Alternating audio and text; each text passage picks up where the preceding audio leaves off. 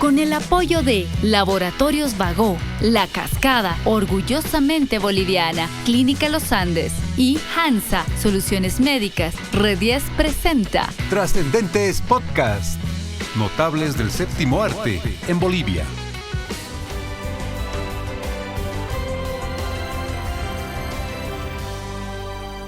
Bueno, bienvenidos a un nuevo episodio de esto que es Trascendentes Podcast. Hoy estoy muy contenta porque frente a mí está una persona que admiro mucho. He tenido la oportunidad de leer algunas de sus publicaciones, de sus críticas cinematográficas. Ella es Mari Carmen Molina y bueno, está con nosotros en esta oportunidad y nos encantaría que ella pudiera presentarse y contar a la gente acerca de lo que ella representa y de lo que ella es a nivel profesional. Mari Carmen, bienvenida. Gracias, Beatriz. Hola, saludo a todas, todos los que nos están escuchando. Yo también estoy muy contenta de estar en este espacio. Profesionalmente, yo tengo una trayectoria dividida en dos, entre la literatura y el cine. Tengo una formación académica del lado literario, aquí en la carrera de literatura y en el posgrado de literatura. He trabajado mucho y trabajo mucho acerca de mujeres, literatura escrita por mujeres y representaciones de mujeres y lo femenino en la literatura boliviana y latinoamericana. Y en el campo del cine, en realidad, empecé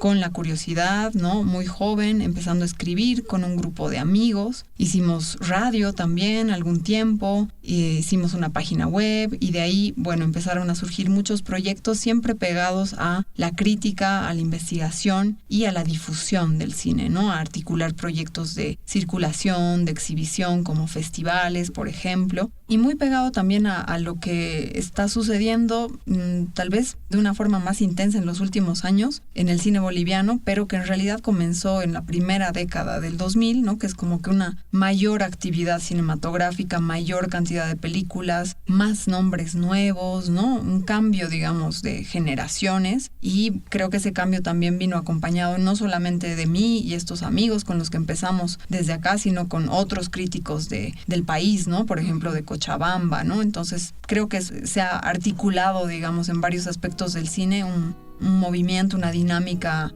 importante a partir de la primera década de este siglo. Tienes una vinculación con el cine bastante grande porque investigas sobre cine, produces, haces crítica cinematográfica, haces gestión cultural. ¿Cuál de estas facetas es la más importante para ti o todas se conjugan de alguna manera, digamos, armoniosa, equilibrada? ¿Cómo lo vives? Bueno, como les contaba, yo empecé en la crítica, escribiendo y haciendo radio justamente, ¿no? Entonces, entre la crítica y el periodismo especializado, digamos, con Claudio Sánchez, un amigo muy querido de esos años que ya no está con nosotros, empezamos un programa de radio el 2008, si no me falla la memoria, en Radio Cristal, que era una radio mítica durante muchos años, cultural. Y bueno, ese fue el inicio, ¿no? Y la crítica siempre ha estado presente, aunque yo no diría que soy una crítica regular o una crítica que escribe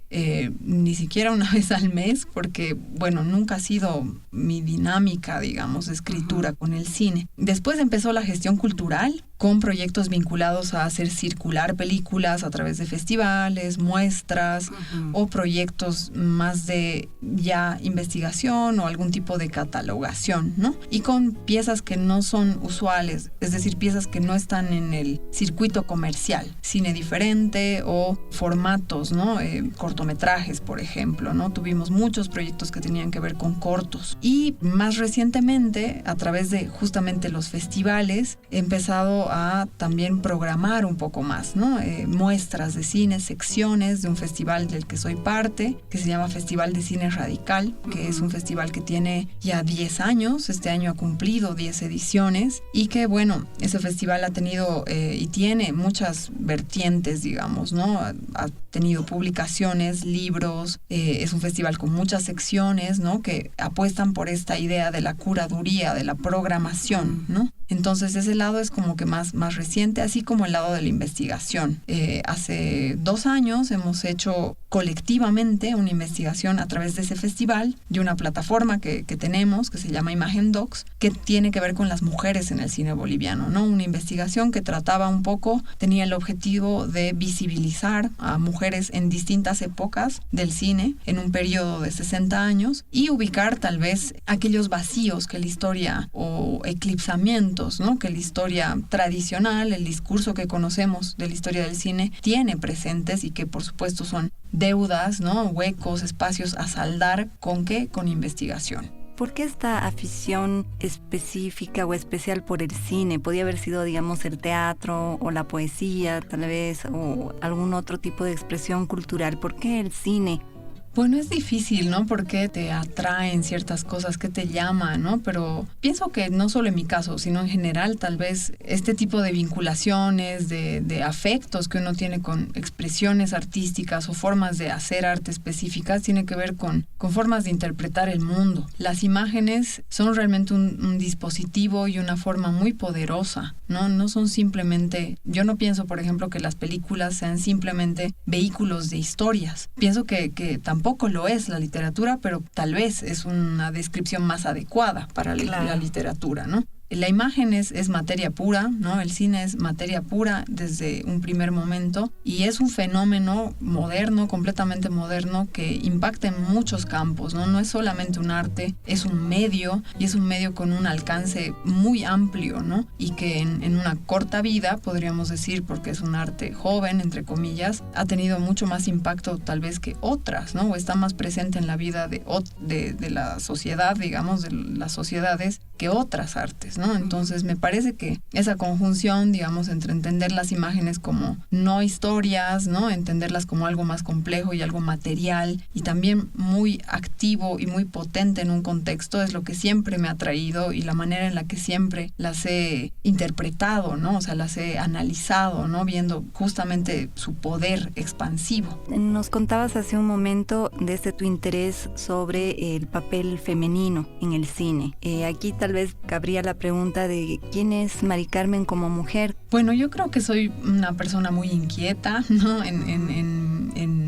No solo en lo profesional, sino de una manera integral, digamos, y que un poco esta inquietud por la representación de las mujeres puede responder, digamos, si nos abocamos a algo objetivo, académico, a notar, digamos, ¿no? Ciertas, no ausencias, sino, no solamente ausencias, sino también reproducciones de ciertos estereotipos, ¿no? Y que la cuestionan a una misma, ¿no? Porque, bueno, vivimos en una sociedad que funciona de la manera en que funciona, donde estos estereotipos, estos roles se reproducen diariamente y es un cuestionamiento constante, ¿no? También entonces preguntarse a través del arte quién es uno en el espacio en el que está haciendo, ¿no? Y cómo va respondiendo y cuestionando las cosas que están estables, ¿no? Y supuestamente inamovibles en la vida, ¿no? Creo que responde obviamente a un momento, igual, sí. Obviamente hablar de mujeres, hablar de feminismo o de feminismos hace 20 años o incluso más atrás no era lo mismo que hacerlo ahora, ¿no? Donde tienes una red, un marco de entendimiento más amplio que te desafía completamente a hacer eso, ¿no? Entonces creo que es un lugar donde no solo yo, pero muchas mujeres se deben sentir como que interpeladas y inquietas para actuar, porque hay campo para hacerlo, como no lo había antes. ¿Cómo describes y evalúas el aporte de las mujeres en el campo cinematográfico? También si nos puedes dar un panorama comparativo con lo que sucede en el mundo respecto a cómo se ha desarrollado este tema en Bolivia. Bueno, la historia del cine si partimos para hablar de estas cosas tenemos que partir, yo pienso, de cómo es que nos han contado las cosas. Uh-huh. Si nosotros recurrimos a las historias que conocemos de cine, que no son muchas, las podemos contar con una mano, no encontramos muchos nombres, casi ningún nombres de mujeres, muy pocos. Y eso responde a cómo estas historias se han confeccionado, y eso no es un fenómeno o una visión exclusivamente boliviana, sino que responde a cómo se han configurado de una manera amplia en el mundo occidental. Nuestras historias de cine son autoristas, es decir, se centran en la figura del autor, y esto es algo heredado de la Nouvelle Vague, ¿no? No es algo que surgió en Bolivia y una idea propia, sino es una manera de entender el cine que surgió a mitades del siglo pasado y con un movimiento que cambió, por supuesto, la forma de entender el cine, particularmente en Europa, pero en realidad de forma expansiva en el mundo, ¿no? Sí, mucha influencia, ¿no? Sí, y esa influencia también se ve en la forma en la que se hacen estas historias y se cuenta la cultura en general. Entonces, bueno, si partimos por ese lado, tendríamos como que tener en cuenta que es difícil encontrar datos para dar una respuesta cerrada. Entonces hay que buscar más al fondo, hay que buscar otras fuentes, otros recursos y cambiar la perspectiva, ¿no? Entonces, si vemos de una forma amplia los aportes de las mujeres, tenemos que dejar de ver solamente el campo de la dirección, porque ese es el campo privilegiado por esta manera de entender el cine desde los autores, que es una manera, es la manera hegemónica en realidad, pero no es la única, ¿no? Y ya a estas alturas... Y jerárquica, ¿no? Y además que es jerárquica. El cine es un arte y una forma, digamos, de hacer contenidos mediáticos que es jerárquica y que puede reproducir maneras de jerárquicas, verticales y por supuesto patriarcales que tiene la sociedad misma. No está lejos de eso, más bien es muy fácil, ¿no? Porque en una producción de cine reproduces relaciones, vínculos, tal vez más que en otras artes, ¿no? El teatro tal vez pasa algo parecido, ¿no? Pero es un arte colectivo, social. Entonces, por ese lado, viendo los aportes de las mujeres, es necesario ver otros campos, ¿no? El campo de la producción es un campo importante en Bolivia. Las productoras son, digamos que el rol que uno puede ubicar como más potente, más hacia atrás, ¿no? Pero recientemente también hay otros campos. El de lo técnico, se cuentan pocos nombres, ¿no? Cuantitativamente tal vez ahí no hay mucho en cantidad, pero cualitativamente por premios importantes que han tenido fotógrafas bolivianas, es también un campo importante ahora. Ya sí, ¿no? El campo de la crítica igual tiene una figura, Amalia de Gallardo, que es particularmente central, no para las mujeres del cine boliviano solamente, sino para el cine boliviano en general. Y es una figura que se la menciona, que se la ha abordado hasta por ahí, pero en la que no se ha profundizado muchísimo. No es desconocida, no es un hallazgo, ¿no? Pero es definitivamente un campo también abierto que requiere, ¿no? Más investigación. Entonces, un poco ver lo de los aportes. Te menciono estos 3 campos porque son los que se me vienen ahora como más, y después de la investigación que hemos hecho, más presentes, pero no son los únicos, ¿no? Y todos estos requieren en realidad aún más investigación. Las investigaciones que tú y tu equipo han ido abordando, ¿se han centrado o se han focalizado más en lo que es el cine o abarcan todo lo que es el audiovisual en general? Porque también hay mucha participación de las mujeres, no solamente en la producción o en la realización cinematográfica del celuloide o lo que después fue el cine digital, digamos, sino también a nivel de cortos, de documentales, etcétera, ¿no? Sí, evidentemente, un poco en conjunción y en coherencia con esta perspectiva autorista que te decía que tiene la historia del cine en general, no solo boliviana, está también un privilegio al largometraje de ficción y al objeto película, es decir, celuloide, ¿no? Entonces queda mucho por fuera, ¿no? Sí. Este es un país que ha hecho muchísimo documental desde los inicios, grandes documentalistas, ¿no? Hombres y mujeres hasta la actualidad, y es un país en el que por las condiciones materiales que implica hacer cine y los recursos económicos que se requieren para hacer cine, la aparición de nuevas tecnologías, como lo fue en su momento el video en los 80s o más tarde el digital, implicó una democratización, una ampliación de los participantes de esa escena, ¿no? Entonces, no podemos solamente ver el cine como una película, largometraje 35 milímetros, sino que hay que expandir la mirada, y es justamente cuando expandes también viendo otros soportes, otro tipo de contenidos, ¿no? Ya no solo ficción, sino documentales, reportajes, series, que encuentras a las mujeres. Seguro. Ahora vamos un poquito ya a los nombres, a las principales protagonistas que han ido saliendo a lo largo de toda tu investigación. hacedoras de la historia y del presente del cine boliviano. No sé si nos puedes dar una panorámica, digamos, cronológica, empezando por las pioneras hasta llegar al presente.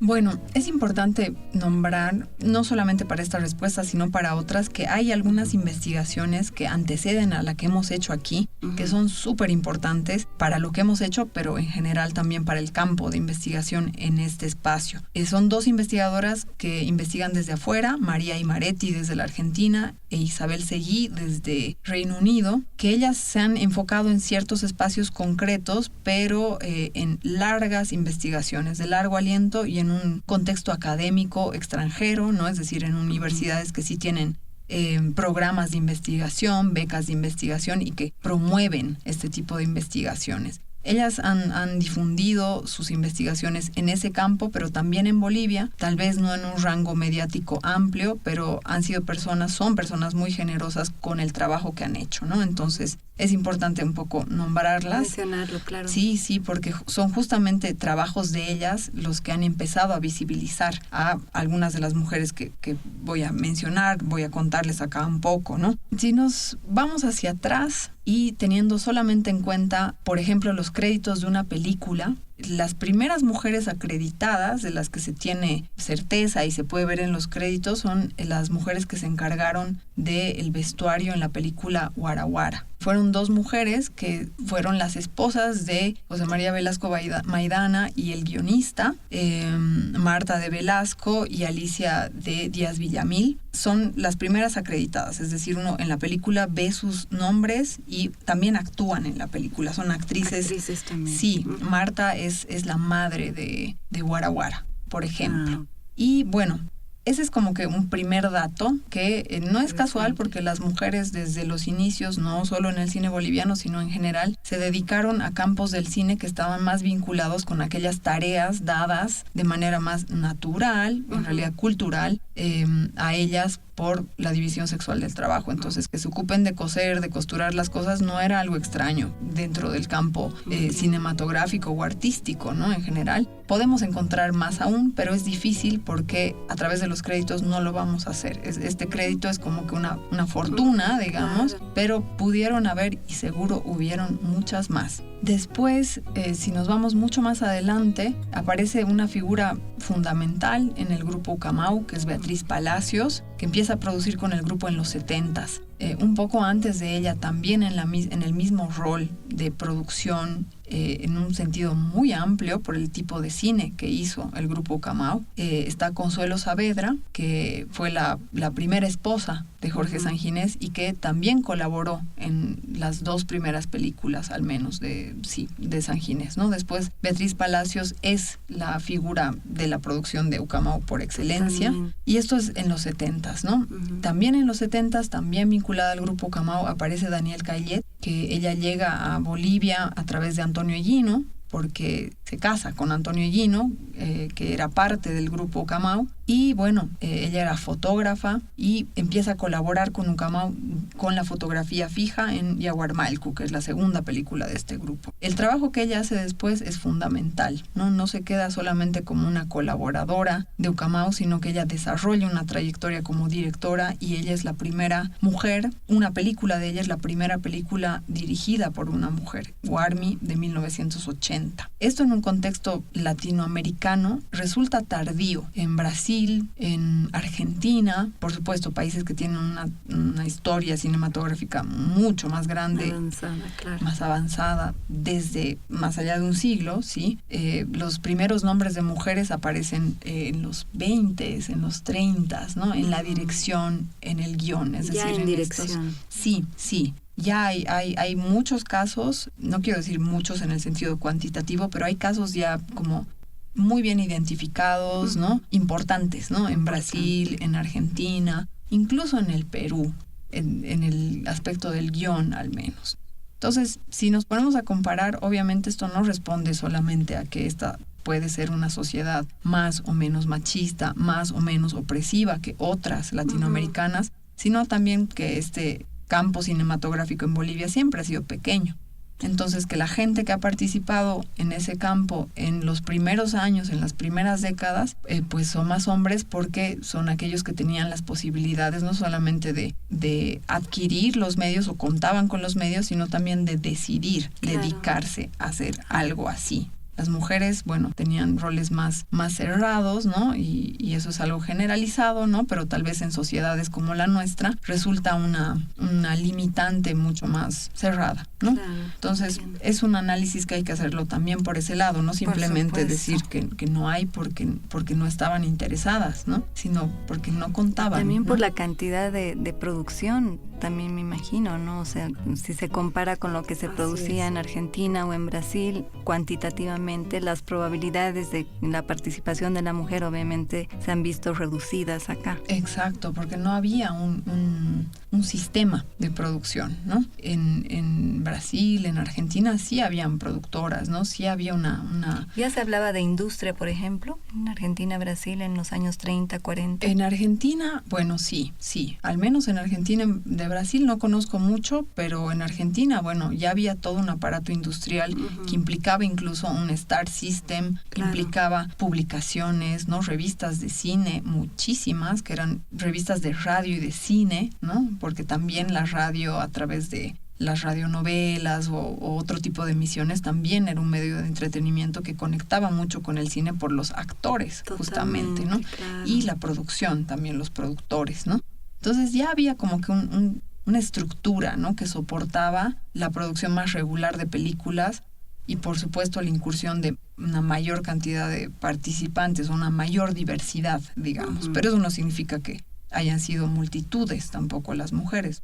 No, es un tema que en realidad responde un poco a la incursión de las mujeres en el cine latinoamericano, responde también a los 60, a los 70, ¿no? A la segunda ola del feminismo, a lo que llega a Latinoamérica de esa segunda ola y cómo se expande en todas las artes. Eso llegó más tarde a Bolivia en los 80s, que es cuando aparecen. Es un momento clave porque a través del video aparece no solamente nuevos nombres de mujeres, sino incluso también de hombres. Es decir, se diversifica, se amplía el campo de directores, productores, etcétera, porque aparece un nuevo medio, ¿no? Que era más accesible económicamente y más accesible incluso en términos de práctica audiovisual, ¿no? Era más fácil editar una película en video que editarla, es decir, revelarla y editarla en 35 milímetros o en celuloide, ¿no? Entonces, eso hace que el ritmo y las cosas cambien en un momento muy particular para Bolivia, ¿no? Los 80s fue una década de crisis total.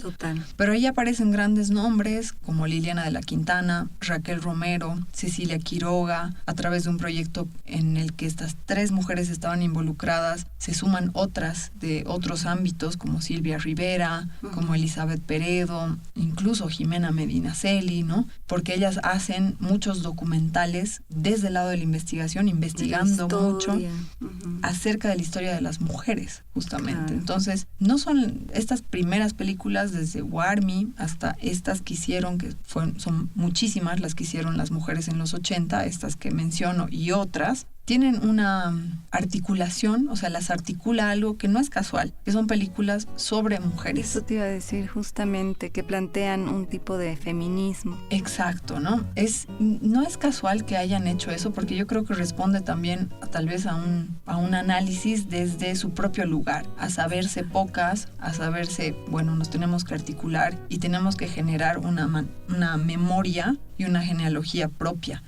Y lo vamos a hacer a través del cine como una herramienta para contar historias que también tienen que ver con quiénes somos como mujeres. Y eso es tal vez lo más bonito y lo que un poco compensa, entre comillas, esto que te decía, que es tardío. Sí, es tardío, pero es muy potente, ¿no? Y es muy articulado en los 80s y 90s. Es el tema principal, la problemática principal de la mayoría de las producciones de las mujeres. Y si nos vamos más a los 90 y 2000, cuando ya aparece el tema de la digitalización, ¿qué nombres tendríamos?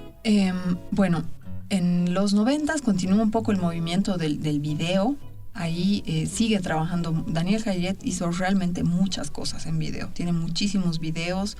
reportajes, documentales sobre mujeres, pero sobre arte también mucho en general. Entonces era muy curiosa en ese campo y dejó un legado que es realmente fascinante. Ya en los 2000 me parece que hay figuras que continúan trabajando hasta ahora que son importantes. Por ejemplo, en el campo de la dirección aparece como por el 2010 Denise Arancibia, ¿no? Que ya en el 2017 estrena una película en dirección en solitario, ¿no? Y protagonizada por ella, y que me parece fundamental porque es una película que desafía de una forma muy clara, muy directa, sin vacilación, los estereotipos, ¿no? Las representaciones de lo femenino, no solamente para Bolivia, sino de una manera amplia. Es universal también. Exacto, y con un género, es un musical la película, ¿no? Con un género súper, que puede ser muy cercano a la audiencia, una audiencia comedia, humor. Exacto, ¿no? Entonces esa película me parece muy importante por eso, porque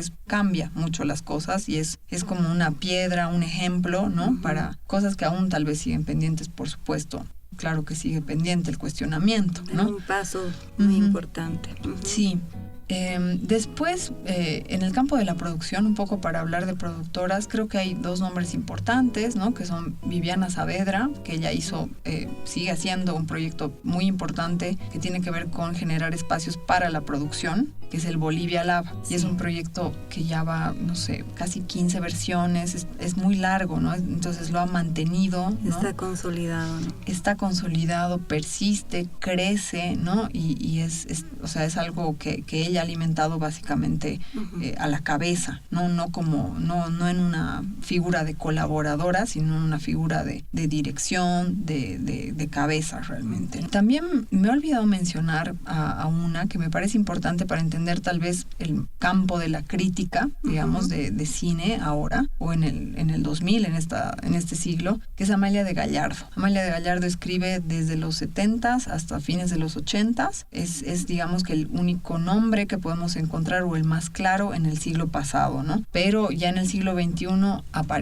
aparecemos más personas, más mujeres que escribimos sobre cine, no solamente en La Paz, sino también en Cochabamba, Alba Valderrama. En Santa Cruz hay una crítica que para mí debe ser la más regular, que escribe hace como más de 15 años, tal vez, Mónica Henrich, que también ahora es escritora, ¿no? de literatura, pero no me parece, no quiero sonar a que estoy mencionando mi propio campo y mencionándome a mí misma, pero me parece también interesante ver otra vez para ampliar lo del cine, ¿no? Que no solamente es la dirección, ¿no? Cómo se mueven las cosas, ¿no? Claro. Y bueno, tal vez para cerrar un poco en este campo actual, mencionaría a dos espacios, ¿no? Bueno, Daniela Cajías, que hace 2 años ha ganado un premio Goya, que es de la Academia de Cine de España. Ella es una mujer boliviana que trabaja en España hace ya más de una década y que ha ganado un premio importantísimo, ¿no? El Goya es lo más importante que puedes ganar en el cine español y ella lo ganó,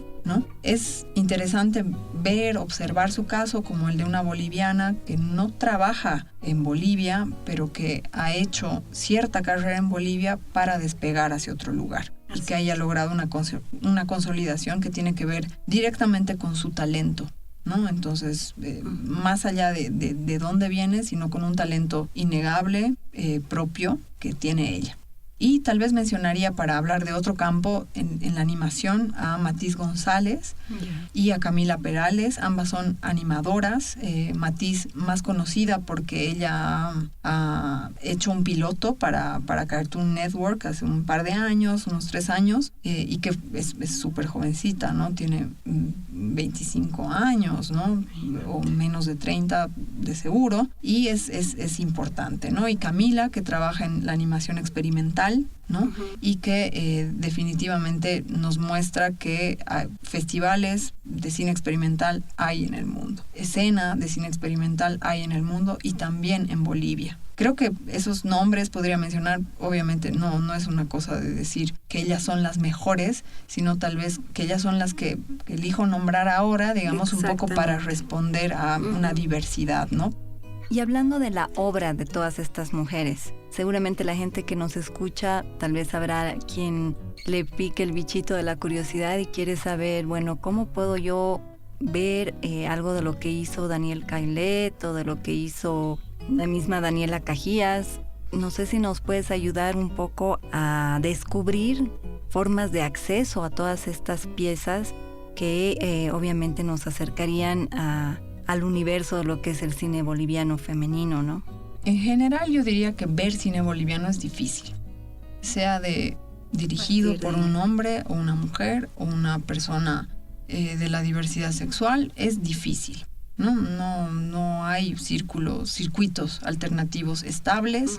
La cartelera comercial es completamente cruel para cierto tipo de piezas, ¿no? Y eso no responde a motivos meramente contextuales, sino que así es como funciona el mercado, ¿no? En el mundo, ¿no? Entonces, es difícil ver en general. Pero bueno, recurriendo un poco a la pregunta y a los ejemplos que dabas, ver las películas de Daniel Cayet es posible en YouTube. Los hijos, como pocos lo hacen, tal vez, o no pocos, ¿no? Pero es algo difícil también hacer para los herederos. Han creado un canal de YouTube hace ya algunos años donde uno puede ver algunas películas de Daniel. Ella hizo mucho, como les decía, entonces no es un canal donde vas a ver 20, 30 cosas, pero hay 8 o 10 cosas muy buenas que son recomendables al 100% y están libres. Liliana de la Quintana, que es parte de Nicovis, ella tiene justamente a través de Nicovis, que es la productora que ha creado con Alfredo Obando y que sigue vigente, tienen también canales en YouTube, en Vimeo, donde es posible ver algunas de sus películas, ¿no?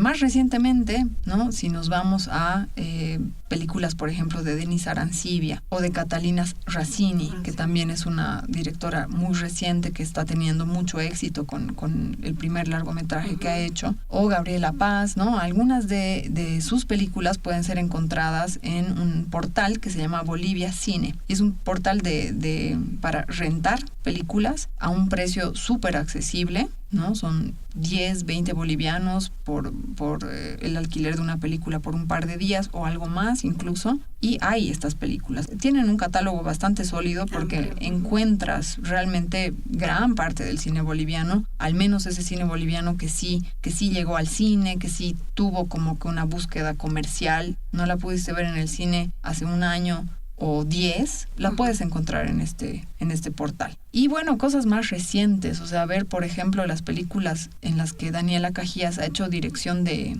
fotografía, como Alcaraz, que es una película es del año pasado, es una película catalana del año pasado. Bueno, no sé si está en Netflix, pero en alguna plataforma de streaming está, con seguridad, o si no está en la piratería, que es la manera en la que hemos visto mucho cine, porque bueno, es así, ¿no? Entonces, un poco recurriendo a los ejemplos que me das en tu pregunta, se puede ver así, estos pocos casos que he nombrado, en realidad es difícil, pero yo creo que también es necesario que seamos más curiosos como espectadores. Y que vayamos y no esperemos que todo nos llegue, ¿no? Exacto, a buscar. Creo que estamos acostumbrados a eso, a que nos bombardeen de todos lados y por eso no nos damos el chance de buscar también. Exacto, ¿no? Buscar según intereses, según curiosidades y bueno, pensar que no todo lo que está visible, lo que está ofrecido, digamos, en el mercado es lo que existe. Y lo mejor. Ni lo mejor, ni lo que realmente es la película que querías ver o que, no sé, lo que querías sentir con una película. No, a veces hay que explorar un poco más y eso obviamente depende de los intereses de cada persona, pues, ¿no? Hay gente que ve una película para pasar un rato, hay otros que no, que tienen otra relación con el cine, pero en general yo diría que la curiosidad mueve a cualquier espectador que se va a sorprender con cosas que no están tan a la vista. Totalmente. Hablando del rol de las mujeres, ¿cómo crees que a nivel general está representado en la pantalla grande el perfil de la mujer boliviana?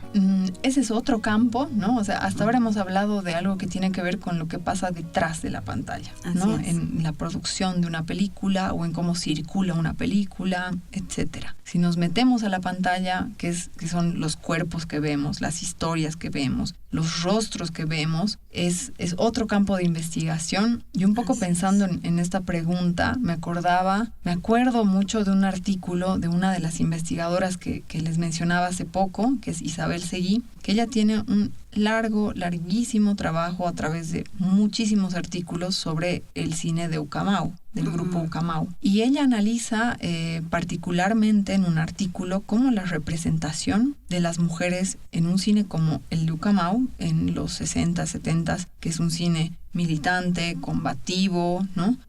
Colectivo, político, cómo se representa a las mujeres y a mujeres oprimidas, mujeres indígenas, desde esa perspectiva, pero una perspectiva que también no es feminista, no fue feminista. Y ella encuentra algunos puntos súper interesantes que me parece súper interesantes compartirlos también, que tienen que ver con, bueno, una cosa es lo que podemos percibir, por ejemplo, en una película de Hollywood, donde la fetichización del cuerpo de las mujeres está de frente, transparente y nadie lo duda, y así lo sabemos todos. Pero ¿qué otra estrategia, digamos, o otras estrategias pueden existir que arriben a resultados similares en términos de la identidad de las mujeres en otro tipo de cines? Y ella habla de, bueno, en el cine militante de San Ginés no ha fetichizado a las mujeres, pero sí les ha dado un esencialismo. Las mujeres en las 2 primeras películas, al menos, sí son cuerpos receptáculos de los valores ancestrales, de la identidad, ¿no? De valores políticos, ¿no? Que movilizan a toda la historia y que además están vinculados directamente con la historia del país, ¿no? En Ucamau y Yaguaramalco, ¿no? Pero hay un gran cambio cuando en la tercera película de Ucamau, que es El coraje del pueblo, que es la película en donde los verdaderos protagonistas de la masacre de San Juan del 67 se representan a sí mismos, mujeres y hombres, principalmente mujeres, y toman otro papel. Son mujeres con agencia, son mujeres con voz, son mujeres con una posición política clara y que la hablan directamente a la pantalla sin ninguna mediación. No hay actriz que interprete a Domitila Barrios de Chungara, claro, sino que es ella quien misma se interpreta a sí misma, ¿no? Entonces esa película muestra un cambio en la historia propia de Ucamau, pero también un cambio en la forma en la que las mujeres indígenas, mujeres subalternizadas, habían sido representadas hasta ese momento. Interesante. Y fuera de lo de Ucamau, sí, vamos a ver un poquito más allá, otros autores, otras películas, otras épocas. Me animaría a citar tal vez el caso de CEFREC, que es este centro de formación y realización cinematográfica que es impulsado por Iván Sanginés, casualmente el hijo de Jorge Sanginés, desde los 80s, 90s, ¿no? Y bueno, el trabajo de CEFREC no es tan conocido mediáticamente porque no es su objetivo, digamos, la difusión mediática, ¿no? Sino la formación, ¿no? La transferencia de medios, la formación de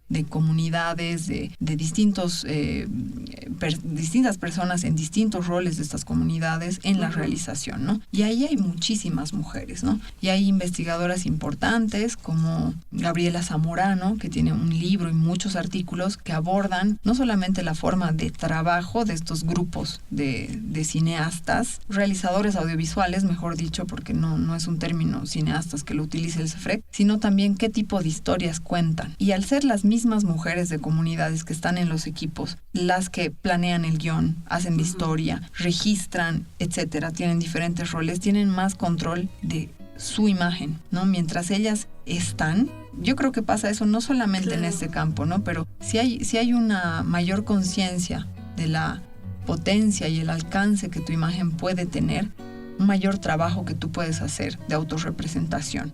Y creo que en estos trabajos del CEFREC se puede ver mucho eso, son muchísimos, o sea, son décadas de trabajo del CEFREC que sigue trabajando, pero es interesante verlo desde ese lado, justamente para un espacio poco atendido que es el cine y las mujeres indígenas, ¿no? O el audiovisual y las mujeres indígenas. Mari Carmen, ¿cómo crees tú que puede el Estado y la sociedad en general aportar, apoyar para fortalecer la participación y el aporte de las mujeres en la realización audiovisual y en la producción cinematográfica en Bolivia? Yo creo que no es una mala idea y pienso que sí he escuchado que han habido iniciativas así, al menos como planteamientos de parte de cineastas, realizadoras bolivianas actuales, de ver qué ha pasado en otras legislaciones en la región, ¿no? En otros países. ¿Qué hacen otros países como Chile, como Argentina para promover esto, ¿no? porque obviamente hay un desequilibrio que para que la brecha se corte no va a ocurrir naturalmente y por arte de magia y simplemente porque las mujeres tienen más ganas y van a hacer más. Porque si los hombres tuvieron más y tienen más, hasta ahora responde a cómo funciona el mundo. Entonces sí hay que hacer estrategias para cambiar un poco o alterar un poco esas formas en las que funciona el mundo. Entonces meterse en la legislación, hacer políticas concretas que beneficien de manera directa y evidentemente sin que sea una trampa a mujeres, es una estrategia que yo pienso que hay que hacer, ¿no? Que la han hecho otros países, ¿no? Y que no hay que entenderla como una discriminación a los hombres, sino como una manera de acortar una brecha que es necesario acortar en un contexto de derechos humanos, de derechos políticos, de participación social, etcétera, etcétera, ¿no? No se trata tanto solamente de las mujeres, sino de la sociedad en general. Uh-huh. Y bueno, en el tema de que sí tiene que ver con por ejemplo, la violencia de género, ¿no? Sí hay otros países, ¿no? Y que son casos que tengo entendido, he escuchado alguna vez por algunas colegas del cine, que sí hay la idea de traerlos o de emularlos un poco en Bolivia, son protocolos, ¿no? De filmación que tengan de producción, de rodajes, por ejemplo, que tengan una perspectiva de género que pueda contribuir a evitar las violencias de género, que pueden ser variadas y muchísimas, o sea que sí, se pueden dar y se dan en sets de filmación o en incluso otro tipo de contextos del cine, y que es necesario que haya cierto protocolo, que hayan ciertas cosas que estén escritas para que las mujeres, puedan trabajar más tranquilas, pero también que se genere cierta estructura para que, se reduzcan las violencias, es decir, cambie también la forma de actuar de todo el cuerpo social en algo tan específico como puede ser la producción de una película, ¿no? Perfecto. ¿Actualmente tienes proyectos en preparación, cosas pendientes dentro de todo este bagaje investigativo que has llevado adelante, cosas que todavía en las que quieres seguir trabajando, seguir explorando, etcétera? Pues lo que personalmente a mí, pero también podría intuir que a otros compañeros de este proyecto que hicimos hace años, se llamaba Mujeres Cine Bolivia 1960-2020, ese proyecto, creo que no lo dije, pero lo que quedó un poco es darse cuenta que ese campo en el que habíamos identificado muchos datos, los habíamos ordenado, todo, es que queda muchísimo por hacer. Y del 2020 al 2023 han habido varias cosas que han pasado también, ¿no? Además, que se pueden actualizar. Sí, ¿no? Ese es otro campo, ¿no? También la actualidad, hacer un poco la historia de lo que está pasando ahora o meterse con lo que está pasando ahora, ¿no? Responde a, necesitas otras herramientas, otros intereses, pero es un campo súper fértil. O sea, hay para hacer de todo lado, de donde mires. De arriba a abajo, levantes cualquier hoja, veas cualquier película, revises cualquier temática o problemática, van a surgir muchos temas. Uh-huh. Si están buscando temas de tesis, por ejemplo, ahí hay muchísimos. ¿Seguro? Cientos. Puedes hacer una investigación sobre figuras en particular. Daniel Cayet, Amalia de Gallardo, ¿no? Que son particularmente las que a mí me han interesado más después del proyecto, uh-huh. ¿no? Pero está Liliana de la Quintana, está Raquel Romero, está Cecilia Quiroga, que tiene una obra súper extensa, igual poco investigada, poco visible, y así analizar, por ejemplo, el contexto actual de las mujeres en los roles o los campos más técnicos. O sea, ¿de dónde sale Daniela Cajías? Teniendo en cuenta que ella no trabaja acá, pero sale de acá, y este es como un contexto primero en el que podría ser posible encontrar no solamente pares de ella, mujeres, sino también intereses que haya tenido su círculo de producción en un momento que hayan llevado a que este círculo sea más amplio en términos participativos. No sé, hay muchísimo, ¿no? Sí. Entonces, en realidad es como que es el camino que yo voy a seguir un poco, más o menos, con investigación o tal vez con otro tipo de estrategias, porque, es realmente un campo muy amplio, pero en el que se necesitan más manos en realidad, ¿no? Entonces, el equipo que ha investigado y que ha hecho todas las jornadas y toda esta dinámica, ¿por cuánta gente estaba constituido, por ejemplo? Era un proyecto que buscaba hacer una investigación colectiva, entonces se hizo hizo una convocatoria dirigida a jóvenes investigadores. Fuimos en total 12 personas, yo y mi colega Sergio Zapata, que coordinamos un poco todas las acciones, y 10 jóvenes, hombres y mujeres, que investigaron organizados en diferentes campos. O sea, lo que hicimos fue dividir un poco todo este campo en épocas o en proyectos, y se hicieron subgrupos que investigaron sobre cosas temas más concretas, ¿no? Entonces éramos 12 que decidimos presentar los resultados de nuestra investigación con una exposición museográfica que fue en el Centro Cultural de España en el 2021. Y bueno, escribimos muchísimo también sobre el proyecto y hicimos unos cuadernos de investigación, ¿no? Que uno de ellos incluye la cuerpo principal, digamos, que tenía esta exposición, que era una línea cronológica que nos pareció la herramienta más útil, más didáctica, más educativa para mostrar todo lo que habíamos recogido, ¿no? Ubicar, digamos, temporalmente primero a estas mujeres, sus ideas, sus visiones y su contexto, ¿no? Es decir que ella apareció cuando Jorge Sanguinés estaba ahí también, ¿no? Por dar un ejemplo, es útil, ¿no? Es útil para otras personas que puedan investigar, ¿no? Sobre todo. Totalmente. Así que si este programa llega a investigadores o a gente que esté interesada en explorar todo este mundo de las mujeres cineastas en Bolivia, se pueden acercar a ustedes, ¿no es cierto? Sí, los invito a visitar la página Imagen Docs y a entrar a la pestaña que tiene el nombre del proyecto, que es Proyecto Mujeres Cine. Ahí van a encontrar un montón de recursos, textos críticos, estos cuadernos de investigación, links a películas. Van a encontrar varios recursos para seguir explorando, ¿no? Para comenzar a explorar. Y bueno, los invito también a, si están en un poco buscando,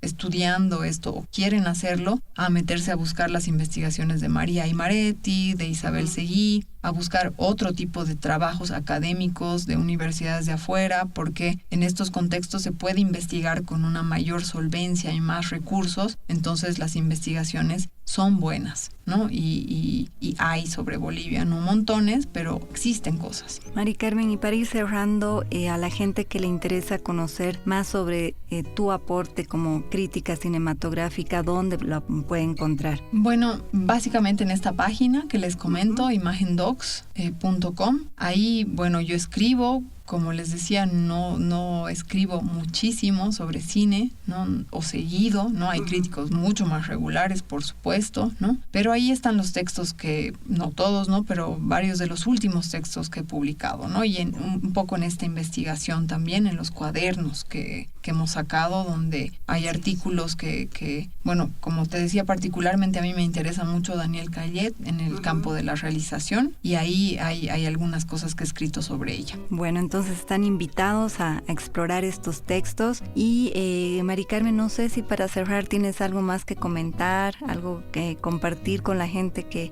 va a escuchar este podcast que no lo hayamos mencionado. Bueno, creo que un poco repetir la idea, que es que este campo de las mujeres en las artes o en campos tan no solo artísticos como el cine, ¿no? Que es un medio también, es un campo muy fértil, es un campo en el que hay que ser curioso, ¿no? En el que hay que preguntarse un poco quién está diciendo las cosas y por qué las está diciendo, qué hay detrás de eso, qué puede haber sido no dicho. Es un trabajo un poco también de cuestionarse la forma en la que la cultura se nos muestra.